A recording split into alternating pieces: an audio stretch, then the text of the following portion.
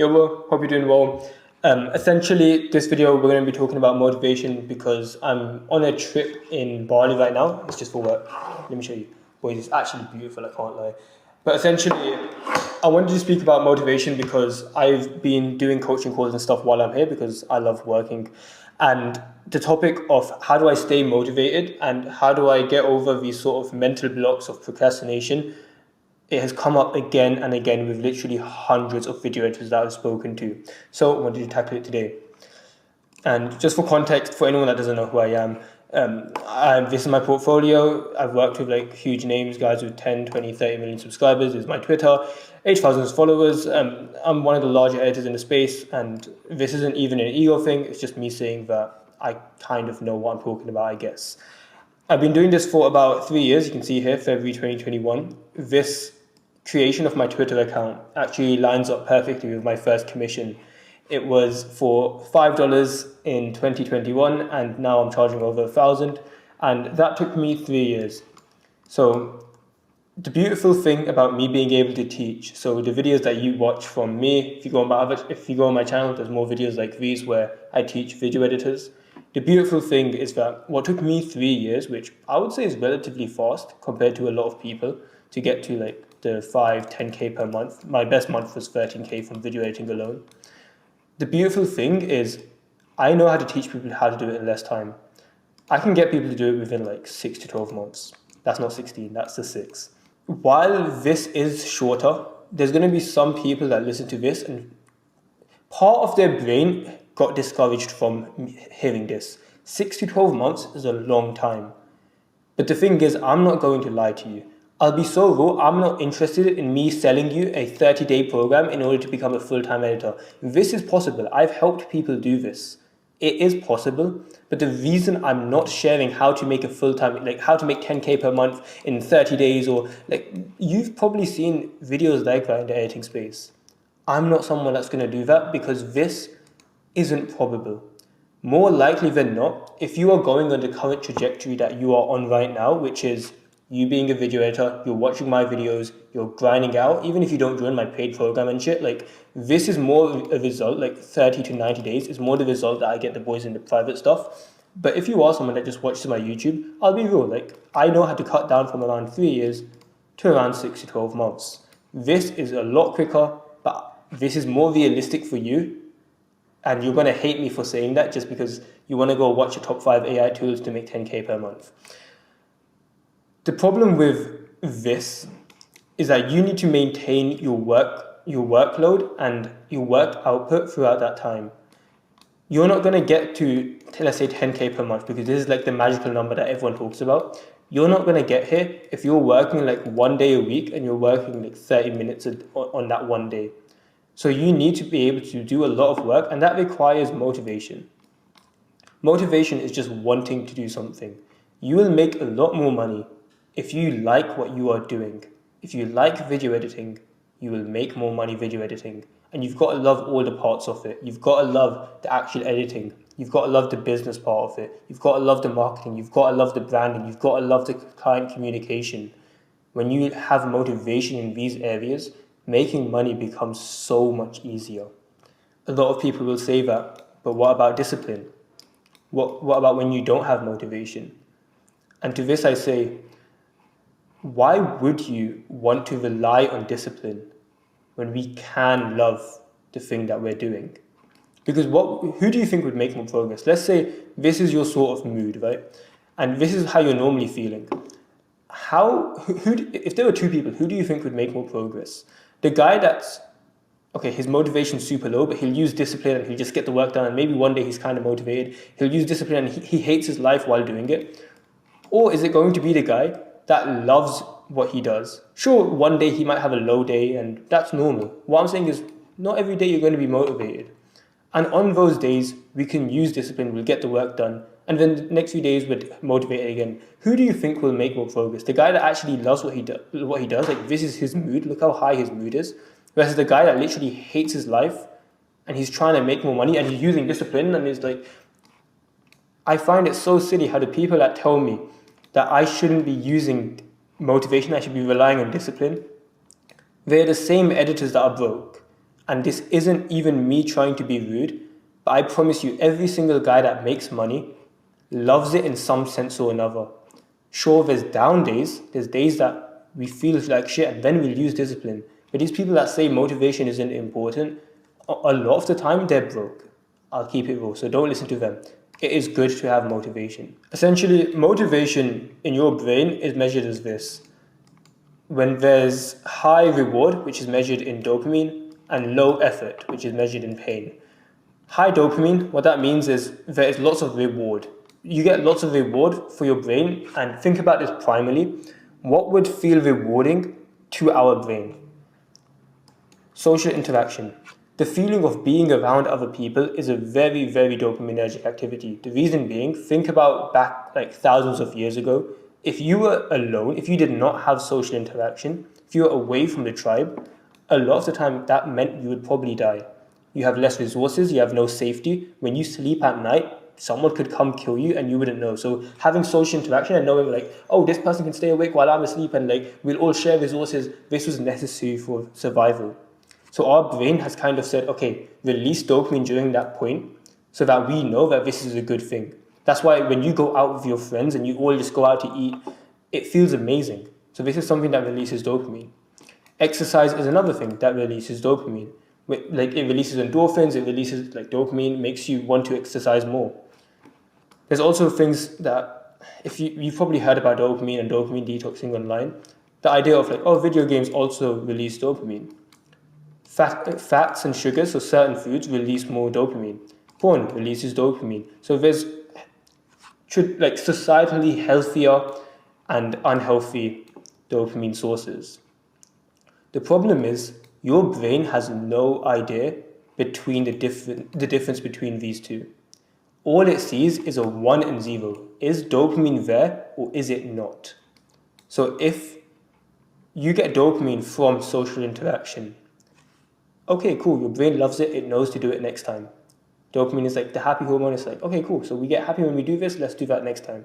That's why when you start going out with your friends, it's like, if you start doing it quite a lot, that becomes like a really happy thing.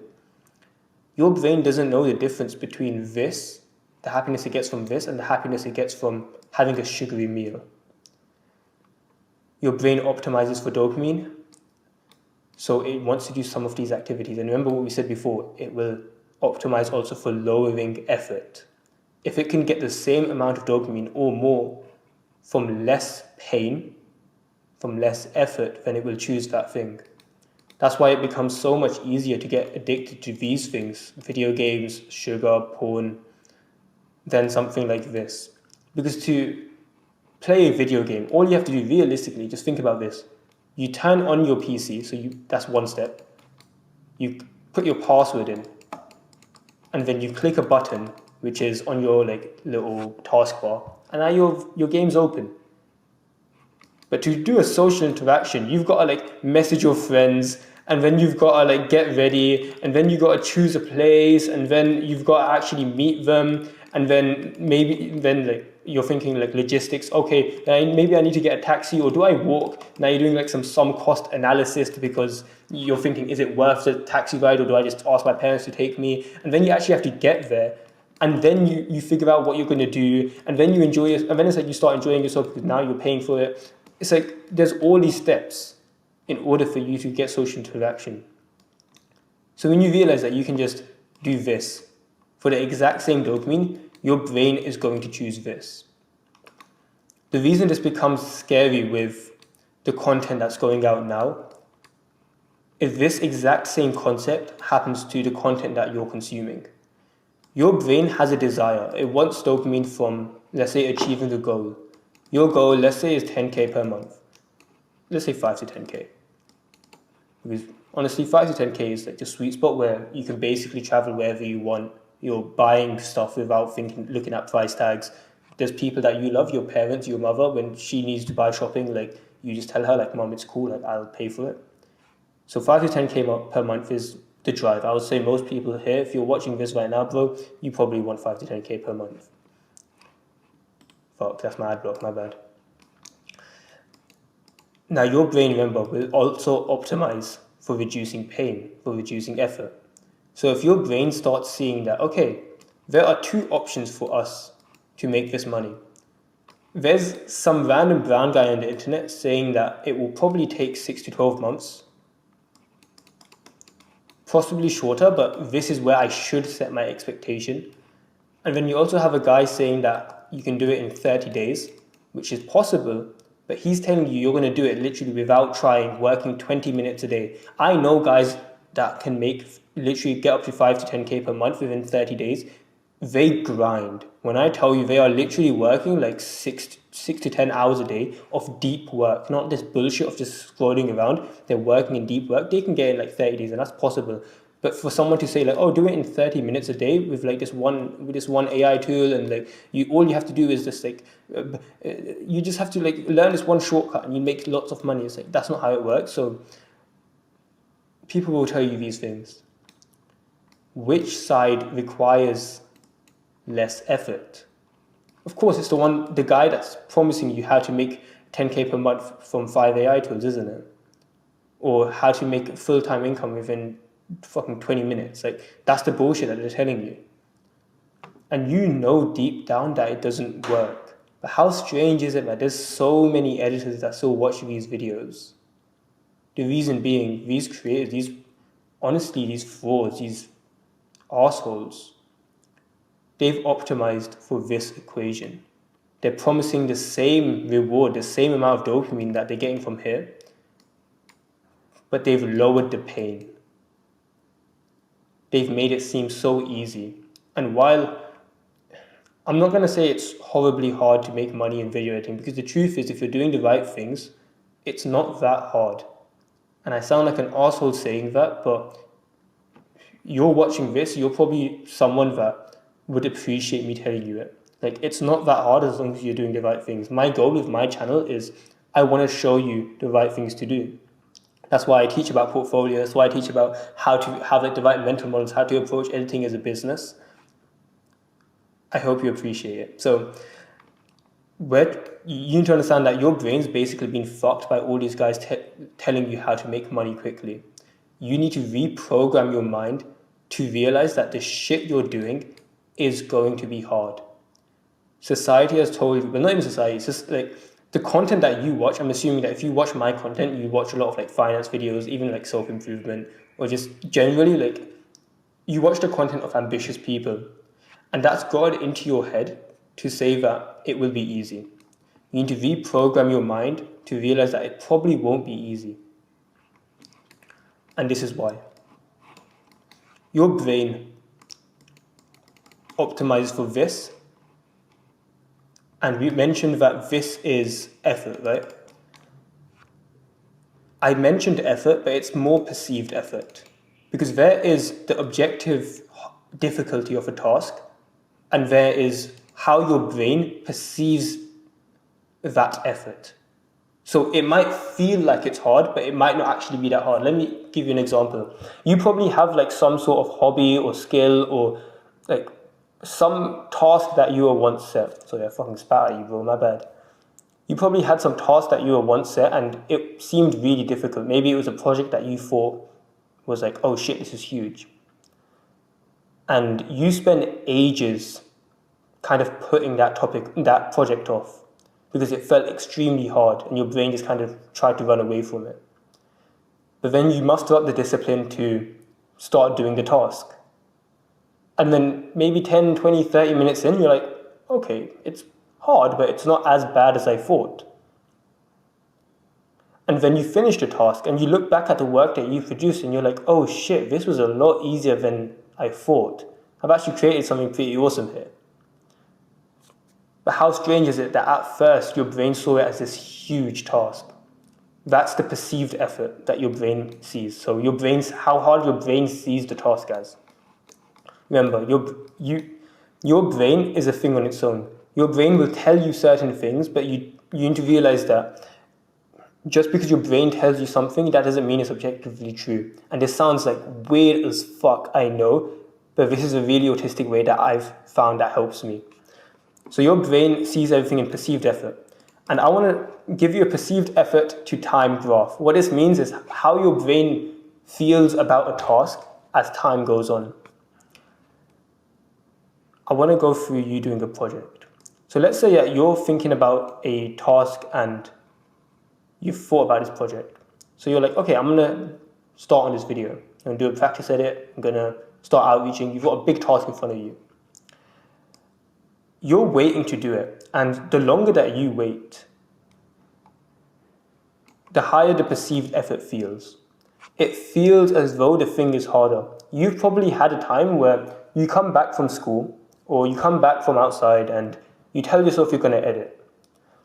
And you sit down, let's say at the kitchen table, you're just eating for a bit and you're thinking about you editing this project and it's like, oh, okay, it's going to be kind of tough, but let's just do it. And then you finish your meal, you go upstairs or you go back into your room and you're still kind of thinking about the project and it's like, oh shit, like, you know what, let me just change my clothes real quick and then I'll kind of do this other thing and then, oh, I have this other person I need to message, and you're putting it further and further, and the longer you wait, the more you procrastinate, the harder the task feels.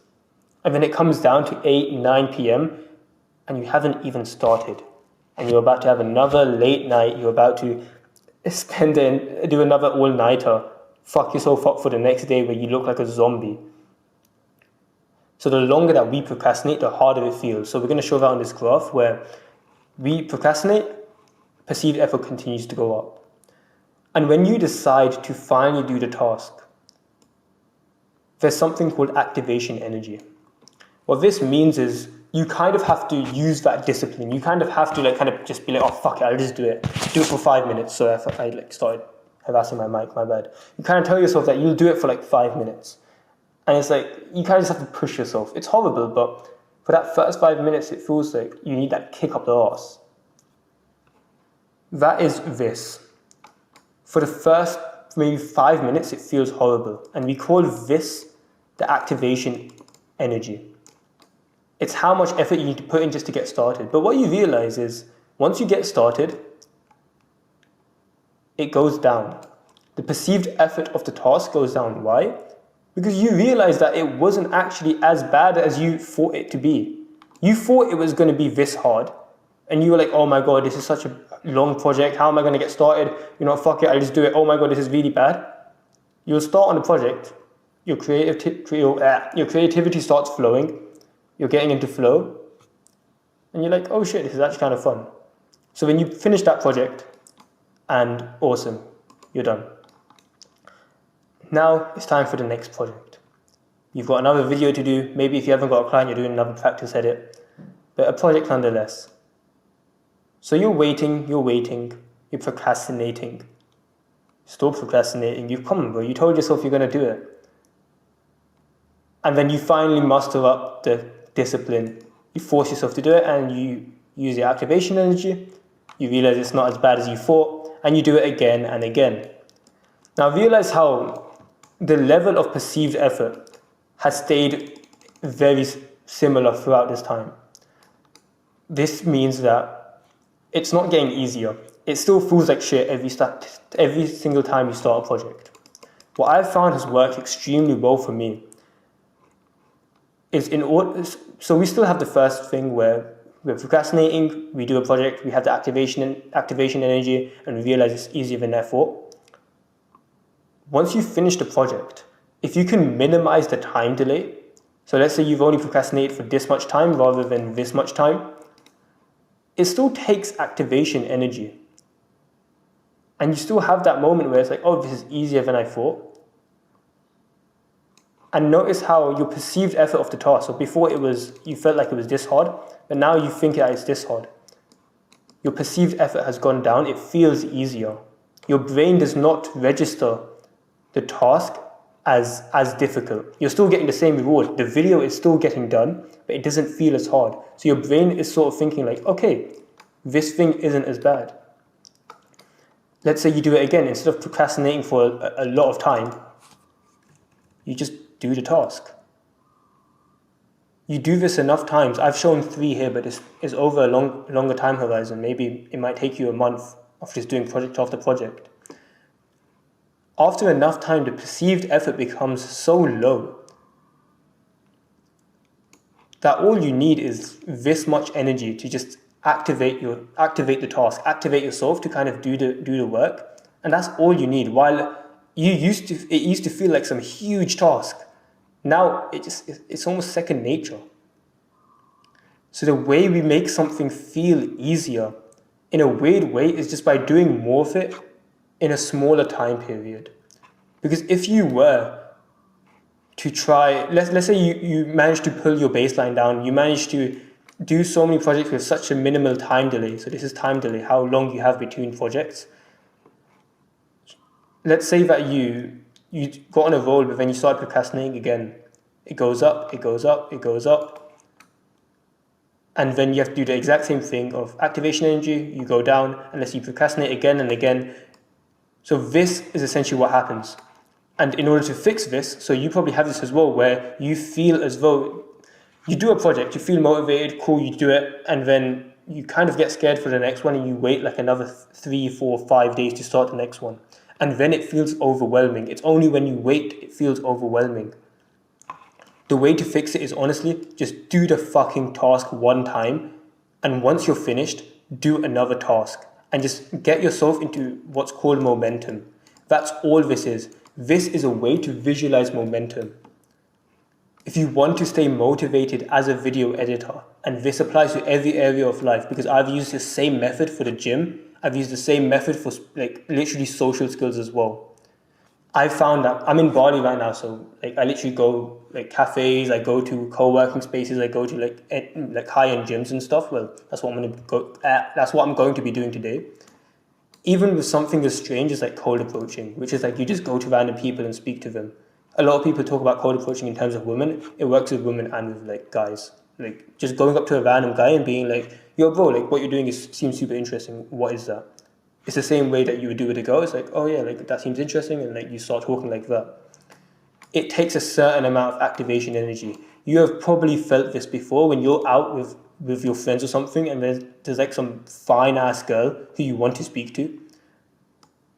It takes a certain amount of activation energy. But the longer you wait, the harder it becomes. The perceived effort becomes so high that you're like, fuck it, I'm not going to do it. But what if, instead of waiting, you just did it before you procrastinate, before you tell yourself all these limiting beliefs that, oh, what if it goes wrong? What if like she kind of fucking calls me a creep? Before you start saying all this shit, you just fucking do it. You just go through that activation, that increased effort, the activation effort. You're like, fuck it. And then you realize like, oh shit, she's just another human. It's not that bad. The perceived effort has gone down. It was never that bad.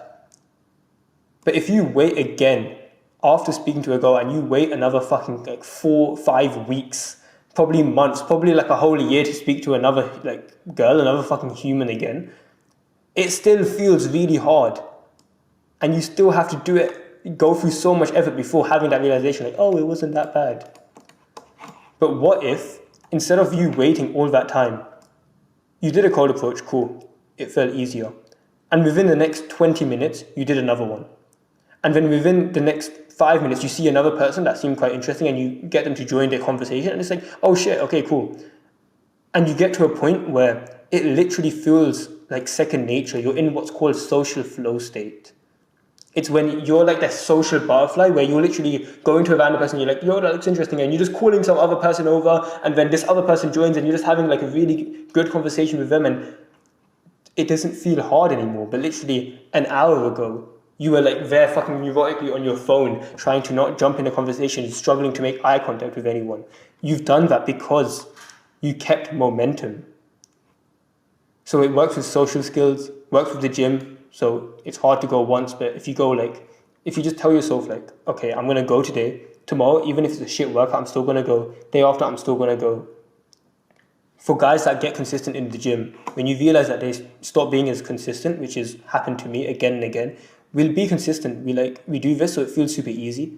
And then we kind of go on a short break. Like maybe it's 2-3 days. We start waiting, and then remember, it naturally goes up. The default is for it to always go up, and now it feels kind of hard. And let's say you wait long enough, let's say you stop going for like a month, That's when the perceived effort is so high, you're like, fuck it, this is such a huge task, I'm not going to do it. If you find yourself in a point like this, because this graph can work with video editing too, you got in a role and then you started procrastinating so much that the task feels so huge that you couldn't even imagine starting this project because you've left the client video to the last day. This sounds so stupid, but often it's knowing that this activation energy exists and this moment of realization also exists. Simply knowing this graph, internalize this concept in your head. If you need to watch this video again, this isn't even for retention and shit. If you can understand this one graph and notice your brain when you are going through this, notice your brain notice your brain registering the task as difficult the longer you wait, and realize that this activation energy exists, and also realize that your moment of realization that's like, oh, the task isn't that bad. No, it exists. And that will be the motivation you need in order for you to just do the task.